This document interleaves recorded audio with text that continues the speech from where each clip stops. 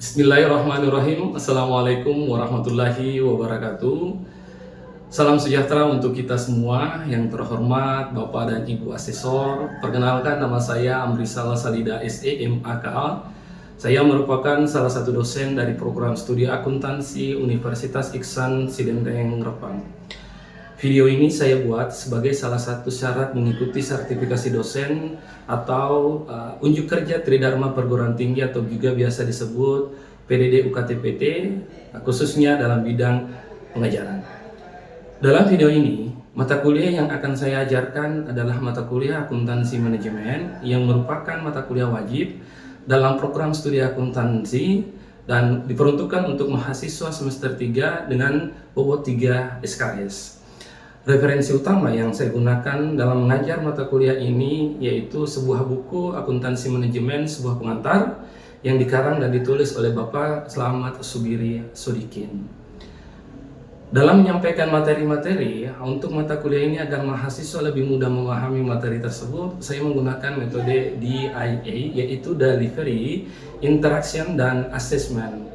Di mana untuk delivery saya akan berusaha menyampaikan, mentransfer materi kepada mahasiswa dengan cara yang mudah dipahami, dengan memberikan penjelasan berdasarkan kehidupan sehari-hari. Kemudian interaksi, melakukan interaksi kepada mahasiswa ketika proses perkuliahan berlangsung, khususnya ketika memberikan sebuah simulasi berupa contoh kasus dengan melibatkan mahasiswa. Ketika menjawab contoh kasus tersebut, serta untuk asesmen, tentu saja saya harus melakukan penilaian secara objektif. Proses pembelajaran dalam mata kuliah ini keseluruhannya dilakukan secara offline atau tatap muka secara langsung di ruangan kelas. Pada mata kuliah ini, mahasiswa akan belajar mengenai konsep dalam akuntansi manajemen, melakukan perencanaan anggaran, mengklasifikasi dan menghitung biaya, menganalisis biaya, volume, dan laba, mengukur kinerja dan teknik dalam mengelola manajemen perusahaan. Sedangkan untuk capaian pembelajaran lulusan pada mata kuliah ini yaitu yang pertama, menunjukkan sikap bertanggung jawab atas pekerjaan di bidang keahliannya secara mandiri. Yang kedua, memahami konsep teoritis secara mendalam tentang manajemen biaya dan konsep teoritis secara umum manajemen kualitas. Yang ketiga, menguasai konsep teoritis bidang pengetahuan tertentu secara umum dan konsep teoritis bidang bagian khusus dalam bidang pengetahuan tersebut secara mendalam, serta mampu memformulasikan penyelesaian masalah prosedural. Yang keempat, mampu secara mandiri menyusun laporan hasil analisis atas informasi keuangan maupun non-keuangan, laporan akuntansi manajemen, serta pengungkapan terkait yang relevan dan andal untuk pengambilan keputusan manajerial dan pengendalian manajemen dengan menerapkan teknik dan metode analisis akuntansi keuangan dan akuntansi manajemen, serta prinsip-prinsip yang berkelanjutan dan berjiwa entrepreneurship. Sedangkan untuk CPMK dalam mata kuliah ini ada 6, di mana CPMK yang pertama, mahasiswa mampu menunjukkan sikap ahli dan profesional dalam manajerial perusahaan. Yang kedua, mampu memahami konsep akuntansi manajemen. Yang ketiga, mampu menganalisis perencanaan perusahaan dalam akuntansi manajemen. Yang keempat, mampu mengevaluasi sistem kerja perusahaan. Yang kelima, mampu mengaplikasikan penyusunan program kerja perusahaan. Dan CPMK yang terakhir, yang keenam adalah mampu mengambil keputusan ekonomi. Selanjutnya, materi pembelajaran dalam mata kuliah ini selama satu semester ada 13 materi. Namun dalam video pengajaran yang akan saya bawakan, materinya adalah materi keempat, yaitu penentuan biaya produk. Dalam materi ini terdapat sub materi. Ada 2 sub materi, yang pertama metode pesanan dan metode proses. Namun dalam video pembelajaran yang akan saya bawakan hanya berfokus pada materi mengenai penentuan biaya menggunakan metode pesanan. Tentu saja dalam memberikan aspek penilaian kepada mahasiswa seperti yang saya utarakan sebelumnya harus dilakukan secara objektif. Oleh karena itu, saya menilai mahasiswa dengan 5 kriteria. Yang pertama, saya akan menilai mahasiswa dari kehadirannya sebesar 30%. Yang kedua, dari tugas yang dikerjakan mahasiswa sebesar 20%. Yang ketiga, keaktifan mahasiswa selama proses perkuliahan berlangsung selama 20%. Dan yang keempat adalah ujian tengah semester mahasiswa sebesar 10%. Yang terakhir adalah ujian akhir semester sebesar 20%. Itulah tadi penjelasan mengenai deskripsi singkat tentang mata kuliah yang akan saya ajarkan. Selanjutnya, Bapak Ibu Asesor, mari kita menyaksikan video pembelajaran saya dan selamat menyaksikan. Bismillahirrahmanirrahim. Assalamualaikum warahmatullahi wabarakatuh. Waalaikumsalam warahmatullahi wabarakatuh. Jadi sebelum kita mulai perkuliahan, tentunya kita berdoa dulu ya, sesuai dengan agama dan kepercayaan kita masing-masing. Siapa yang bisa pimpin doa? Saya Pak. Oh, boleh. Silakan. Sebelum kita mulai pembelajaran, mari kita berdoa menurut keyakinan masing-masing. Doa dimulai. Doa selesai. Jadi saya ucapkan terima kasih karena sudah memimpin doa. Nah, sebelum membahas materi pada pertemuan ini, kita ingat-ingat kembali dulu materi yang kita telah bahas pada pertemuan sebelumnya, yaitu materi tentang perilaku biaya. Ya, ada 3 pada dasarnya yang kita bahas minggu lalu, yaitu biaya biaya variabel, biaya tetap, dan biaya campuran. Masih ingat semua? Kira-kira kalau biaya variabel apa artinya? Siapa yang bisa? Saya Pak. Ya, apa itu? Variabel adalah jenis biaya yang berubah-ubah seiring dengan jumlah produksi atau aktivitas perusahaan. Artinya, semakin banyak barang atau jasa yang diproduksi, semakin tinggi biaya variabel yang dikeluarkan. Mantap. Kemudian biaya tetap siapa yang bisa? Saya Pak. Ya, Pak. Jenis biaya tetap adalah jenis biaya yang jumlahnya tidak berubah meskipun volume produksi atau aktivitas perusahaan berubah dalam waktu tertentu. Nah, kemudian yang terakhir biaya campuran. Siapa yang bisa? Saya Pak. Boleh, silakan. Biaya campuran adalah biaya yang mengandung biaya tetap dan biaya variabel. Ya, jadi sudah pastinya ternyata semua biaya tetap, biaya variabel, dan biaya campuran. Nah, materi yang akan kita bahas pada pertemuan kali ini adalah penentuan biaya. Sebenarnya sambungan dengan materi minggu lalu. Ya, jadi kita mulai dulu, apa itu metode biaya pesanan. Ada 5 karakteristiknya. Namun untuk sederhananya, metode pesanan itu adalah nanti kita menghitung biayanya, biaya produksinya. Kalau ada pesanan yang masuk. Ya, bisa diulang, saya kira-kira apa itu metode biaya pesanan? Nah, boleh. Metode pesanan itu nanti kita menghitung biaya produksinya ketika menerima pesanan. Nah, jadi tadi kita sudah bahas apa itu metode biaya pesanan. Intinya adalah nanti kita ingin menghitung biaya produknya kalau ada pesanan yang masuk. Tapi Pak, permisi sebelum lanjut, absennya belum jalan Pak. Oh iya, saya lupa ya. Jadi Iya. silakan absen secara mandiri. Ya, jadi di absennya diisi ya sebelum kita lanjut ke materinya. Nah, kemudian karena tadi metode biaya pesanan itu adalah nanti menghitung biaya produknya kalau ada pesanan yang masuk, agar lebih memudahkan prosesnya ada namanya job order cost sheet atau kartu pesanan. Nah, kartu pesanan ini akan dibuatkan, jadi kalau ada barang masuk, 1 barang masuk berarti 1 juga kartu pesanan. 2 barang masuk maka buatkan juga 2 kartu pesanan. Nah, dalam pesanan setiap barang ada komponen biaya, ada biaya bahan baku dan ada biaya tenaga kerja langsung, dan ada biaya satunya apa? Biaya biaya overhead pabrik. Jadi paham ya, ini sudah kita pelajari di mata kuliah pengantar akuntansi 2. Apa itu biaya bahan baku, apa itu biaya tenaga kerja langsung, dan apa itu biaya overhead pabrik. Sampai sini ada yang mau bertanya? Lalu Pak, Apa? kalau salah satu contoh biaya per head pabrik Pak apa? Oh iya, jadi pertanyaan yang bagus ya. Salah satu contoh biaya overhead pabrik itu adalah biaya. Jadi saya definisikan dulu apa itu biaya overhead pabrik. Biaya overhead pabrik itu adalah biaya yang tidak termasuk biaya bahan baku, tidak termasuk biaya tenaga kerja langsung, namun tetap muncul dalam kegiatan produksi barang. Kalau biaya bahan baku itu gampang ditelusuri dan sudah pasti biasanya nominal biayanya. Biaya tenaga kerja langsung juga gampang ditelusuri, sudah pasti. Biaya bahan baku adalah biaya yang kita keluarkan untuk memproduksi barang. Jadi kalau kita beli bahan baku ya masuknya ke dalam biaya bahan bakunya. Nah, kalau ingin memproduksi barang ya tentu harus ada orang yang mengerjakan. Orang yang mengerjakan ini ya tidak mungkin dia kerjakan secara gratis, maka kita harus gaji, entah itu karyawannya atau buruh, maka disebut dengan biaya tenaga kerja langsung. Ingat, yang digaji atau yang termasuk biaya tenaga kerja adalah karyawan atau buruh yang berhubungan langsung dalam kegiatan produksi. Biaya pabrik tadi seperti yang ditanyakan temannya adalah biaya yang tidak termasuk dua ini. Ya, disebutkan tadi contohnya apa? Contohnya adalah paling umum ini adalah penyusutan aset, penyusutan peralatan. Paham? Betul dipaham? Paham. Oke, kalau sudah dipaham, maka kita lanjut lagi. Di awal kita sudah bahas tadi bahwa kalau ada pesanan yang masuk maka harus dibuatkan namanya kartu Biaya pesanan. pesanan. Kartu biaya pesanan. Ini ada contohnya kartu biaya pesanan, ada dua. Satu, kartu biaya pesanan ketika ingin diproduksi barangnya.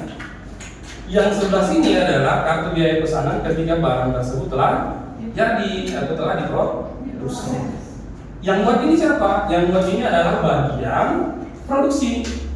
Jadi ketika ada barang yang ingin diproduksi, maka bagian produksi mencatat. Apa tujuannya? Tujuannya untuk menginformasikan bagian keuangan bahwa ada pemakaian bahan baku, ada biaya tenaga kerja langsung yang harus dibayarkan, dan ada biaya overhead pabrik yang harus ditakui. Ketika barang tersebut telah jadi, maka dibuatkan lagi kartu pesanannya, informasi bahwa barang ini telah selesai. Paham ya apa tujuannya kartu pesanan itu? Ya, Pak. Lanjut. Lanjut. Yang kita bahas adalah metode pesanan. Ini ada contoh kasusnya. Ada pertanggal 1 Februari ada sebuah perusahaan menerima pesanan. Dia buat pesanan yang diterima adalah 1000 Dua kartu. sebuah 1000 buah kartu undangan. Ya. Jadi kalau metode pesanan itu nanti kita memproduksi barang kalau ada pesanan yang masuk.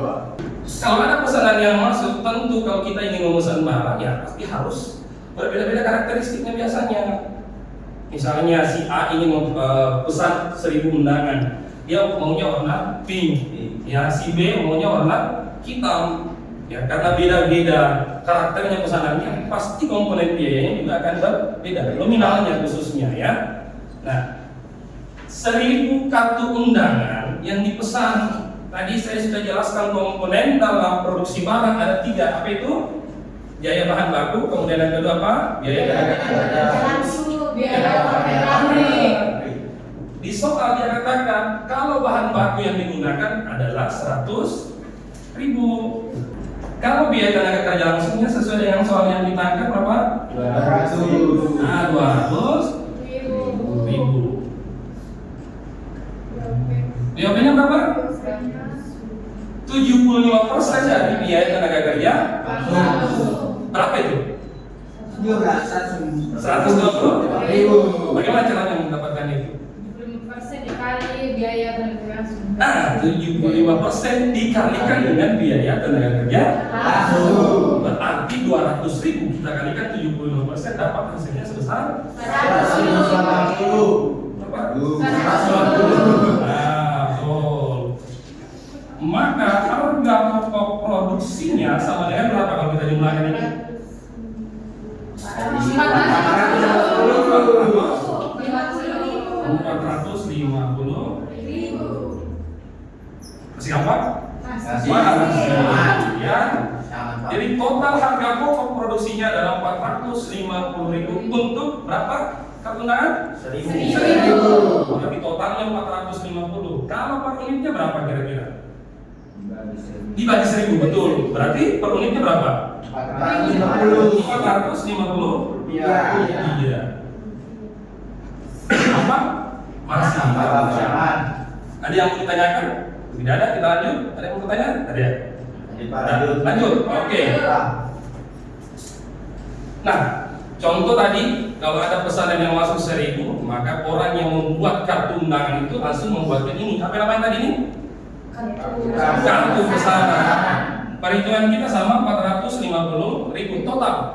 Per unitnya 450 rupiah. Di sini berapa? 450 Ya. unit. Total unit ya. Per unitnya adalah 400. Rp50. Perhitungan kita sudah Dapat. dipaham lagi materinya sampai sini? Paham. Lanjut. Lanjut. Oke, sekarang kita lanjut. Nah, tentu tadi saya katakan di awal juga bahwa bahan baku itu sudah pasti, sudah kita tahu, ya. Kita punya pengalaman memproduksi atau membuat 1000 undangan, maka kita sudah pastikan kalau membuat 1000 bahan bakunya sekian. Kalau membuat 1000 undangan, maka saya harus menggaji karyawan atau buruh saya sekian. Berarti ini bahan baku yang 100.000 pasti nominalnya. Dia tenaga kerja langsungnya juga sudah pasti. Cuma tadi yang tidak pasti adalah biaya overhead. Ya, makanya ada namanya biaya yang BOP yang dibebankan dan ada BOP yang sesungguhnya. Silakan lihat di sini di PPT-nya di sini apa itu BOP yang lebih dan kurang dibebankan.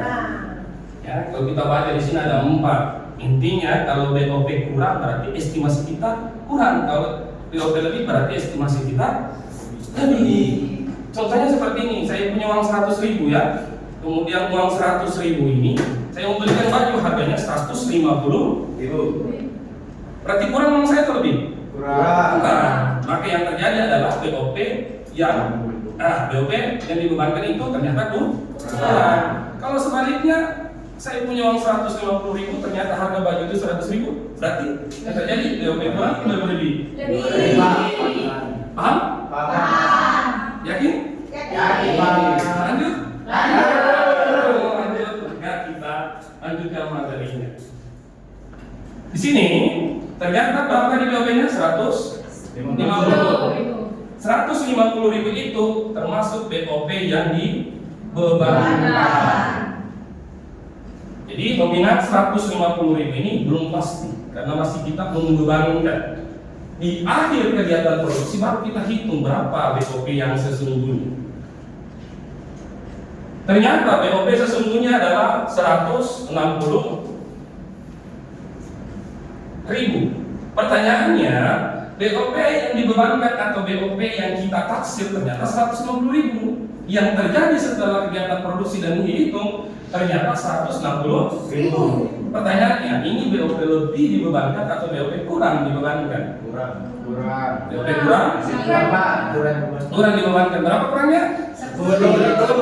Tadi contoh saya kasih, saya punya 100.000, harga bajunya 150, maka uang saya kurang. Nah, kalau kita masukkan ke sini contoh kasusnya, saya punya uang 150.000, ternyata harga bajunya 160.000, maka uang saya pasti akan kurang. Jadi kesimpulannya BOP yang dibebankan di awal itu adalah BOP kurang dibebankan. Paham?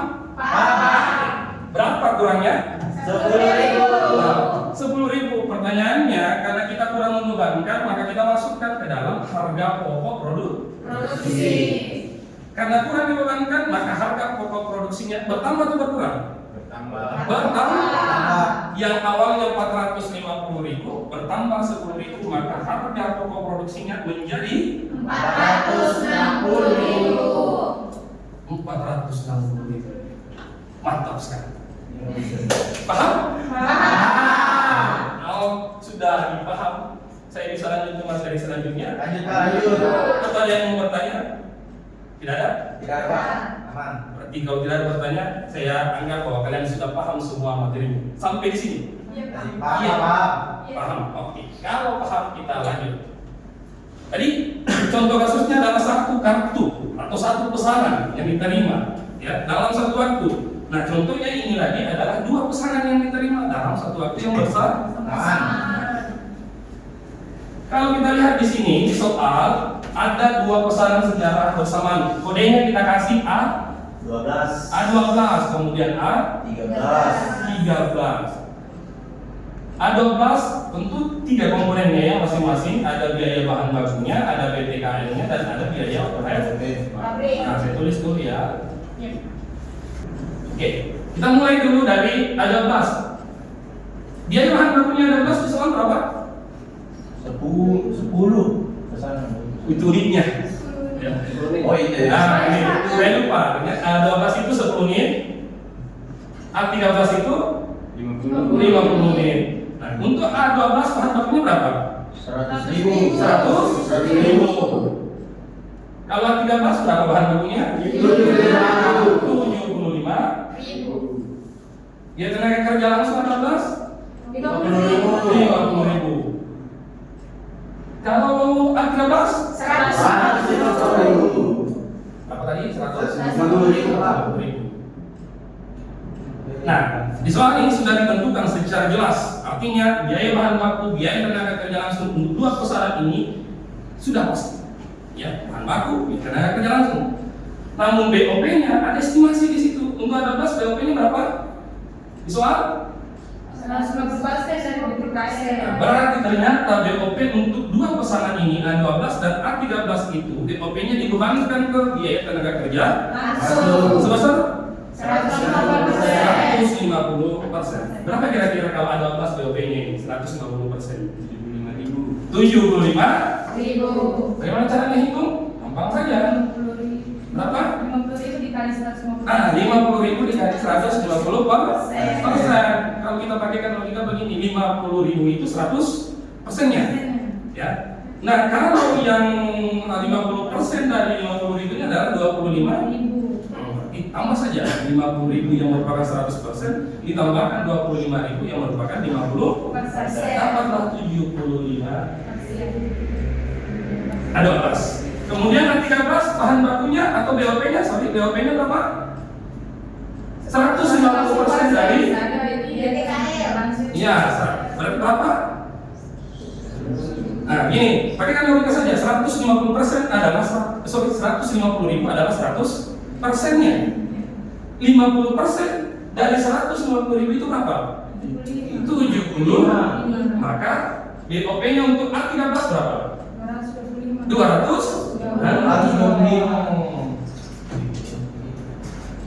Gampang kan? Gampang. Berarti harga pokoknya untuk A12 225. Untuk 10 unitnya. Berarti per unitnya untuk A12 berapa kira-kira? Ya bagi saja 225 dibagi 10, maka per unitnya sama dengan 22.500. A12. Kalau A13 berapa HPP-nya total? 450. Untuk 50 unit. Maka HPP per unitnya berapa? Ya sama saja tadi. 450.000 kita bagikan 50.000. Nah, 90 unit. Berapa kira-kira? 9.000 per unit. Paham? Masih gampang. Sampai di sini ada yang ditanyakan? Masih aman Pak? Masih aman? Kalau masih aman, saya lanjut lagi. Nah, Pak, santai Pak Kaisar. oh, boleh, silakan.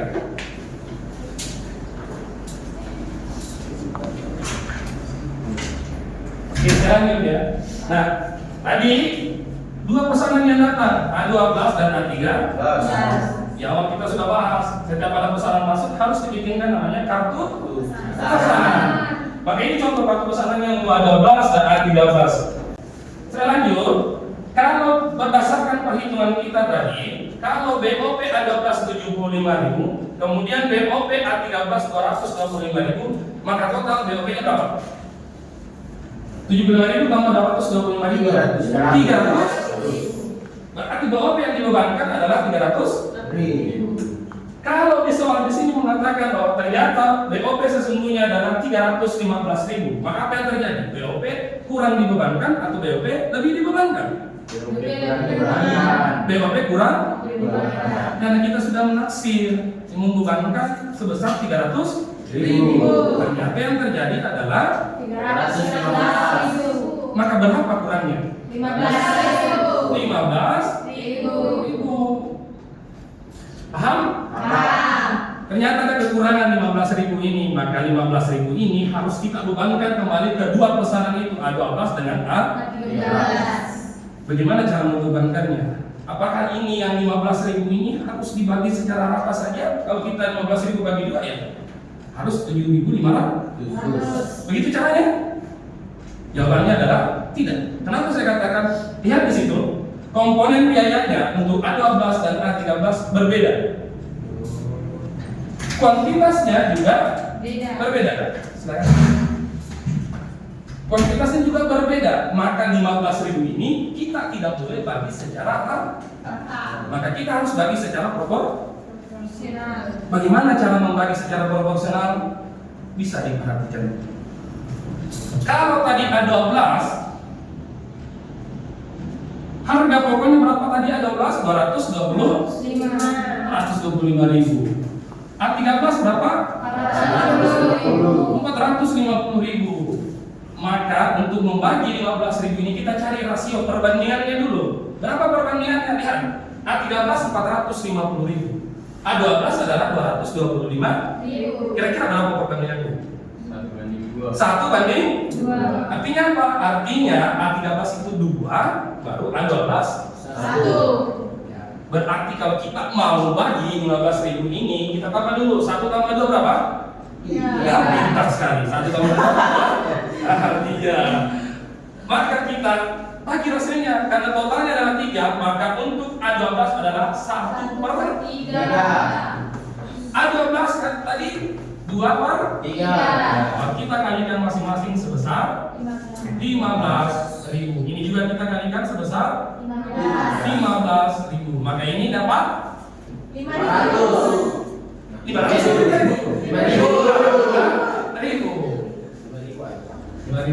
Kalau 2/3 atau A13 dapat 10.000. Paham? Paham. Berarti sudah paham cara membagi 15.000 ini ke A12 berapa, A13 berapa? Apa? 4. Pertanyaannya, apakah BOP kalau misalnya BOP-nya tadi berapa ya? 315.000 BOP sesungguhnya, ya. Kemudian BOP yang dibebankan ternyata 300.000. Maka yang terjadi adalah BOP yang kurang di. Pertanyaannya, bagaimana kalau BOP sesungguhnya adalah 270.000? Berarti ada selisih sebesar 30.000. 30.000 ini apakah dibagi secara rata atau secara proporsional? Secara proporsional. Bagaimana cara membaginya? Ada yang bisa? Saya Pak. Nah, boleh. Silakan. Hapus dulu Pak Adi. Ya, hapus.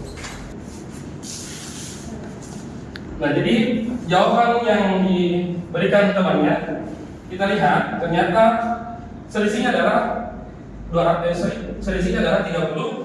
30.000 ini tadi harus dibagi secara proporsional. Kedua pesanan ini perbandingannya sudah kita tahu 1/3 dengan 1/3 dengan 2/3 dengan perbandingan 1/2.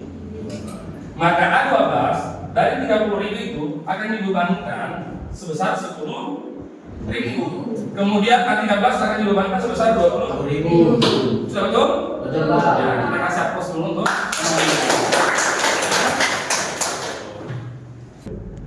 jadi itulah tadi metode atau materi yang kita bahas mengenai metode biaya pesanan. Kita sudah belajar apa itu metode biaya pesanan. Kita juga sudah belajar bagaimana yang dimaksud dengan BOP yang kurang dibebankan dan BOP yang lebih dibebankan, dan bagaimana juga membebankan, ya, selisih kurangnya atau selisih lebihnya BOP tersebut secara proporsional. Nah, kalau kita membagi secara rata ya tidak mungkin, karena pertama nominalnya saja berbeda, kuantitasnya juga berbeda. Maka kesimpulan materi yang kita dapatkan pada pertemuan kali ini, yang pertama, metode pesanan itu adalah nanti kita menghitung biaya produknya ketika ada pesanannya. Kemudian BOP artinya komponen biaya bahan baku, biaya tenaga kerja langsung, dan biaya overhead pabrik. 3 ini 2 bisa ditahu secara pasti, biaya bahan baku dan biaya tenaga kerja langsung. Yang tidak pasti adalah biaya overhead pabrik. Makanya ada namanya BOP yang kurang dibebankan dan BOP yang lebih dibebankan. Kita juga sudah belajar bagaimana cara menghitungnya. Tentu ketika ada BOP yang lebih dan kurang dibebankan akan mempengaruhi yang namanya harga pokok produksi. Kalau kurang dibebankan, maka harga pokok produksinya akan bertambah. Lebih dibebankan, maka harga pokok produksinya akan berkurang. Paham materinya sampai di sini? Ada yang mau ditanyakan? Cukup, Pak, cukup. Kalau begitu, saya ucapkan sekian dan terima kasih. Sama-sama, Pak. Ya. Yeah, yeah. Bobby Bella entertainer.